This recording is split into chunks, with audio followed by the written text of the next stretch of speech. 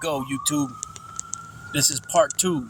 Now, I had to go in there to the memory and erase a bunch of pictures that I had already posted on IG, and some things I had screenshotted that I no longer needed, like for thumbnails and stuff. So I had to go in there and do all that, because what happened was the original video that I started recording went to about 8 minutes and some seconds, and I wasn't going to record that all over again. So we're going to have to go part 1, part 2. Sorry, peoples, but hopefully, you can. That first video is only 8 minutes, and this one's probably going to be around the same, maybe a little less, or maybe a little bit more. But this one should be more than about 15 minutes. So I already posted the first video, and then I put the thumbnail, and then this thumbnail is different, but it'll be part 2. So anyways, I don't remember exactly where I left off, but I know I mentioned something that I had him come on, and I only wanted him to speak of his YA experience only, because there was too much contradictions and red flags with a lot of his stories as far as prison. And so I specifically told him, and I made it clear to Nelson and Carlos that we weren't gonna.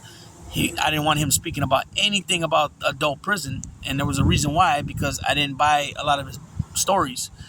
Then he mentioned that he mentioned to somebody else that he was celled up with somebody in the hole in DVI and Tracy, which I know the individual personally. He did have status, and he said that this guy didn't have status, even though he was on YouTube saying he had status. Then shouts out to Smokey, the local bear. He said that he knows him personally.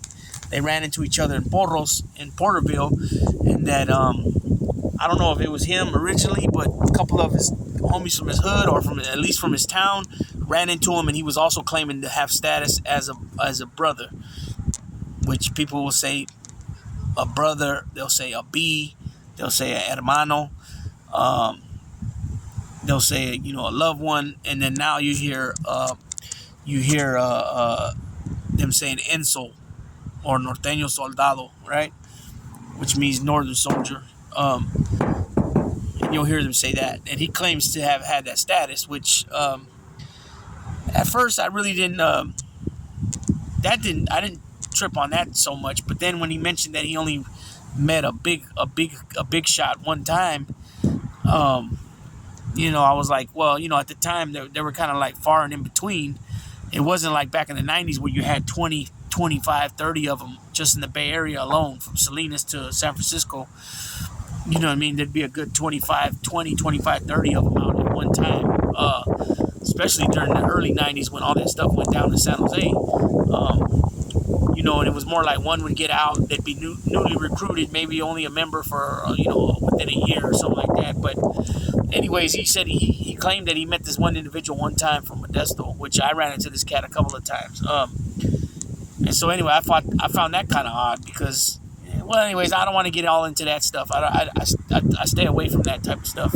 That's why you don't hear me saying the organization names or none of that. But anyways, I didn't want him talking about adult stuff, and I went back a little bit ago and rewatched that. I don't jump on until like an hour into the video, the live stream, and I believe it was a little bit over 2 hours, but I don't hop in until an hour. It's in an hour, because I happen to be with my daughters that day, and daughters are more important than Gunner, obviously, right? Than anybody.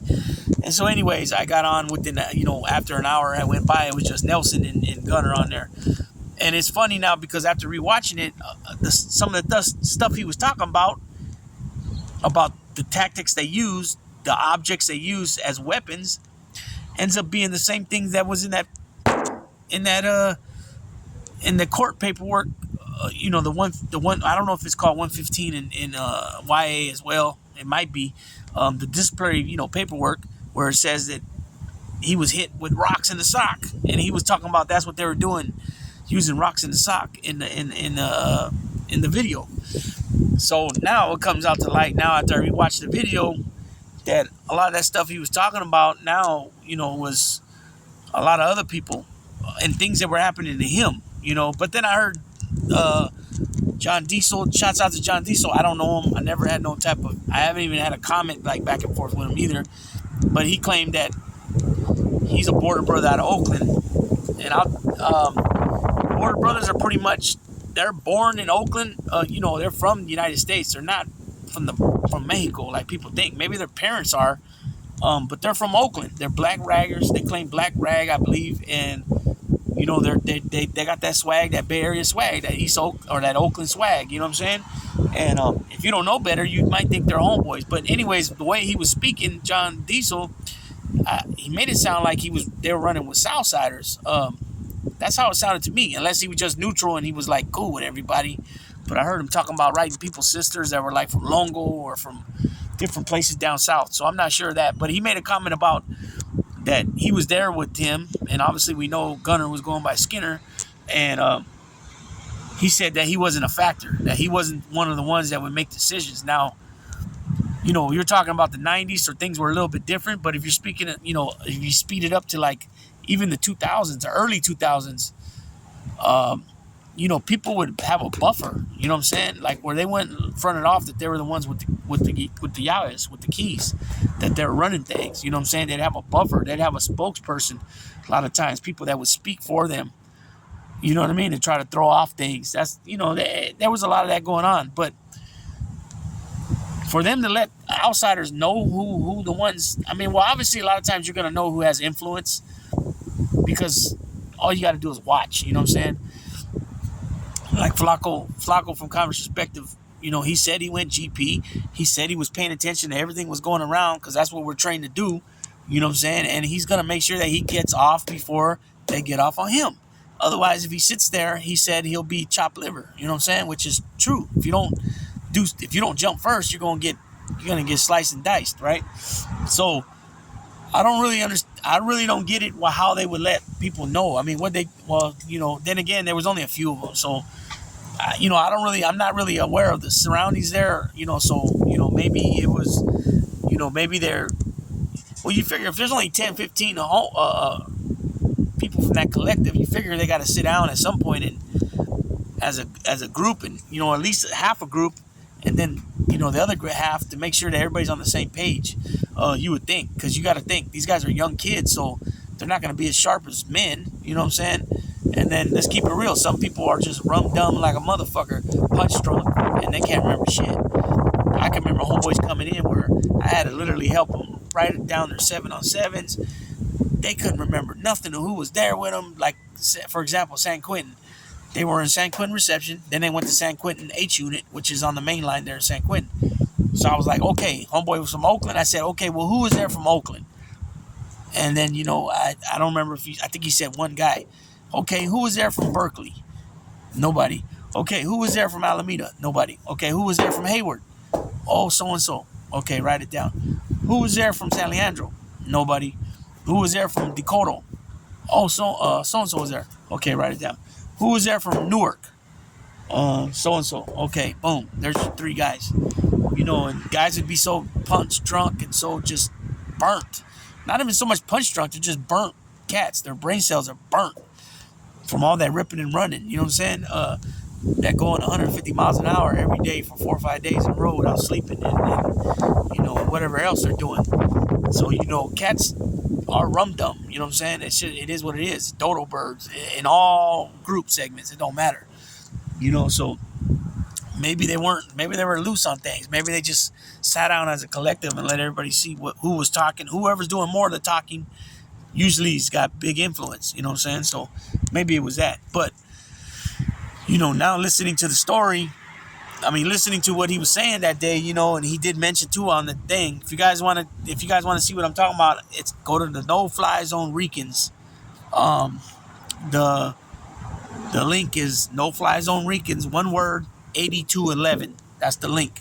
Go listen to what he's saying. And it's like he said. People keep saying, "Why am I talking about YA?" Well, YA was a big part of my life. Another red flag that came up for me too is that he said he went to YA at 12 years old, right?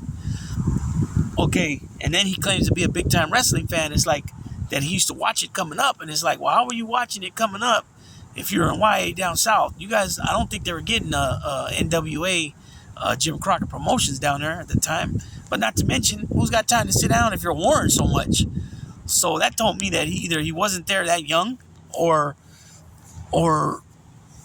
he didn't do as much time as he said. Now some people brought up too the fact, and I've never been to YA, so I don't know, but I was talking to my cousin yesterday who did a substantial amount of time in YA, and he even didn't parole till he was in his 20s, because of his case he caught and the time he caught. He said that that don't sound right either. Going in there for a murder, or it might have been a murder originally, but I'm pretty sure it got pleaded, amended to something else. But then to go to a drug program in Stockton, wherever it was, DeWitt Nelson or Carl Holton, wherever he went, it was a drug program. He just said that didn't sound right. Like him, he wasn't eligible, and he caught a shooting at a cop. You know what I'm saying? So the cop didn't even get hit. So this, according to him and his story, the guy died. So I didn't listen to it. He did an interview with Rojo on Converse Perspective on his 187. I didn't watch it. I had no interest in even hearing it. Like I said, it was just too many red flags. But then the dude would be funny, so I would watch things, and then he would talk about different characters, or not. Well, let me take that back. Not characters, but different individuals from different areas, and different cities. And I want to hear the spills, because a lot of the spills he did on some of the cities around here were incorrect. A lot of different things, like Stockton, for example. Stockton. You know how many homeboys I ran into that said they didn't like him just because he made a mistake about saying the diamonds were in Stockton when the diamonds are actually from Sacramento, or saying something about the flamingo thing he had mentioned over there in Stockton off of Charterway, right on Charterway. Like little things like that, they got pissed off about him being wrong about. So when the homie from the mob from West Side Soho, I don't remember his name, Weddle. I think it was one of his he had two nicknames. Weddle, the big homie. He was one of the main cats down there in Nellis. He didn't dig him speaking about his neighborhood either, his barrio. You know what I'm saying? So sometimes you got to watch out what you say, man. Even if it might be true, you might still offend people. You know what I'm saying? So people should really do their homework before they speak on shit, and then not to mention taking into consideration that some people might not take that shit lightly, man. Like I said, even if it is the truth, they don't take that shit lightly, So now it's just funny now that after watching that video after a year and some change, to see everything come out in the light now. All the red flags I was seeing first, now everything else came out. It's coming out slowly but surely. I'm not tripping so much on the YA thing of him telling, even though he knew better, he knows better, right? But apparently Oregon had the same type of shit going on in Oregon. So that's the one that sticks out to me more than anything. And then, he claims that Weddle Grattan was up there, or Weddle Grattan's son was up there in Oregon, and then he claims that Stranger was up there from Hitman from Salas, the one that got shot in the ass, along with Ray Sanchez got killed in that bar by Mondo Frias. He claims that he was up there in Oregon too doing time. I don't know. I know that dude personally. I got no clue about that. Joe can too. He goes by Hitman. He goes by Stranger. He goes by he's got a few different names. Hitman, Stranger, and he's got another one. I can't think of the third one.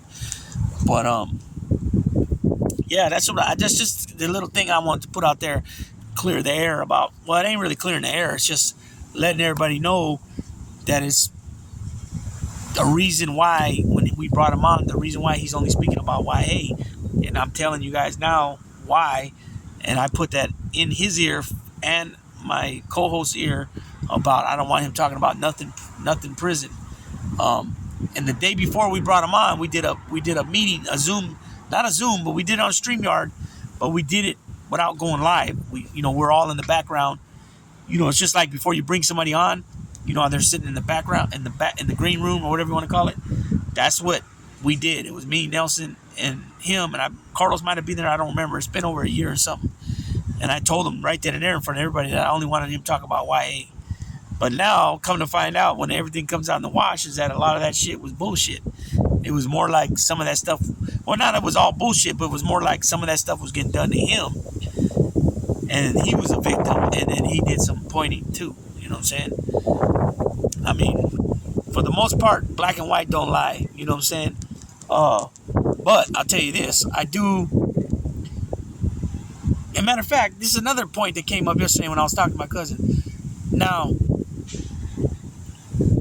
Dub said that YA they don't redact paperwork. Well, the rascal Josh, homie Hangout, I don't know what you guys know him by, but he came out because he's familiar with the court systems. He came out saying, well, the reason why it was redacted is because these individuals were underage at the time this happened, and Dreamer was just turning 18, I think. I think he was over 18. Now, you remember that individual I spoke of earlier? Crow, Hector? Okay, well, there was paperwork on him, right? That's why he got removed. And he was in his 30s. Well, he was in his 20s at the time, late 20s. Because I think I was 26 or 27 when I was down on that term at the beginning when I started it, and me and him were about the same age. When I got out on that term in 2009, close to the end of 2009, I seen the paperwork on him, and guess what? It was redacted. It was blacked out. But if you held it up like that, you can see his name right through the felt pen. And so, like I said, he was a good 10 years over 18 when I seen that. So, whoever blacked that out was trying to save him. I don't know. Whatever law enforcement, whatever court official it was. A district attorney, because supposedly the district attorney was involved with something, questioning him or something bogus. You know what I'm saying? I don't, but then again, I was going to say, sometimes, I don't always even trust that black and white sometimes. I mean, you got to read it. You got to make sure you got to read everything. You can't just look at it and see the person's name, whatever name you're looking for, and then take it. You got to read everything, make sure. You know what I mean? Because, that's just part of your, if you're looking at something like that, then that means either wherever you're at, whatever joint you're at, that's your position. Take it. Don't take it lightly. When it says your DNRs, your duties and responsibilities, make sure you cover it. You know what I'm saying? Make sure you get a thorough grasp of what's said in that paperwork. You know what I mean? And that's just the best way to do it. Know exactly what you're doing. You know what I mean? Know exactly what you're reading, and know exactly the next steps to eradicate the situation by, being dealt with accordingly. You know what I'm saying? If that makes sense to what if you guys understand what I mean by that. But as far as like media stuff, I've seen them way wrong so many different times. I've seen them say that somebody got killed, and then come to find out the person they said got killed was the one that did the killing. You know what I mean? Different things like that. I don't buy any of that shit. That's why when I did that little video on Flacco and his situation, I said it straight up right there. I don't trust the media. Allegedly this, allegedly that. You know what I'm saying? That's how you got to take it, because keep in mind, they're just trying to get viewers. They don't really care. They have nothing to do with the court system.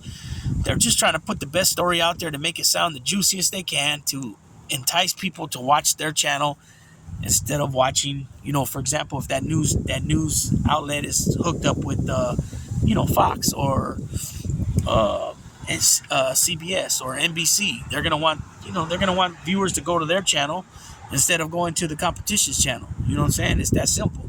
So they'll make it sound like whatever. They'll put a 10 on it too if they have to get the views, because at the end of the day, that's what it's about. It's about viewership. It's about viewership. It's about getting more views. It's about kicking the competition's ass. You know what I'm saying? Same way it was back when it was WWF against WCW, when the NWO and all that shit was going on. It was big time competition where WCW was whipping their ass for like 80 weeks or something like that. So it's the same thing. You know what I'm saying? It's the same concept. So anyways, peoples, with that being said, I'm going to go ahead and drop this one, part 2. And this will probably be my last video on him. I only did one other video. Part 1 and part 2 would have been one video, but like I said, that shit the memory was full and it stopped the video on me. So I wasn't going to re-record all that. So I just put it down as part 1. Hope everybody's cool with that. I hope everybody watches it for the majority. This one is obviously almost 3 times longer than the first video. Not by design. It just happened that way. But go ahead and drop a comment in the comment section. Anybody about anything, questions, comments, anything you want to share, anything that you want to counter what I said or anything like that. Again, go to YouTube at No Fly Zone Ricans 8211. I'll try to drop it in the description right here. You guys can watch that video. That being said, Big Lou, Daisy Queen, and Campeón del Mundo champ tapping out.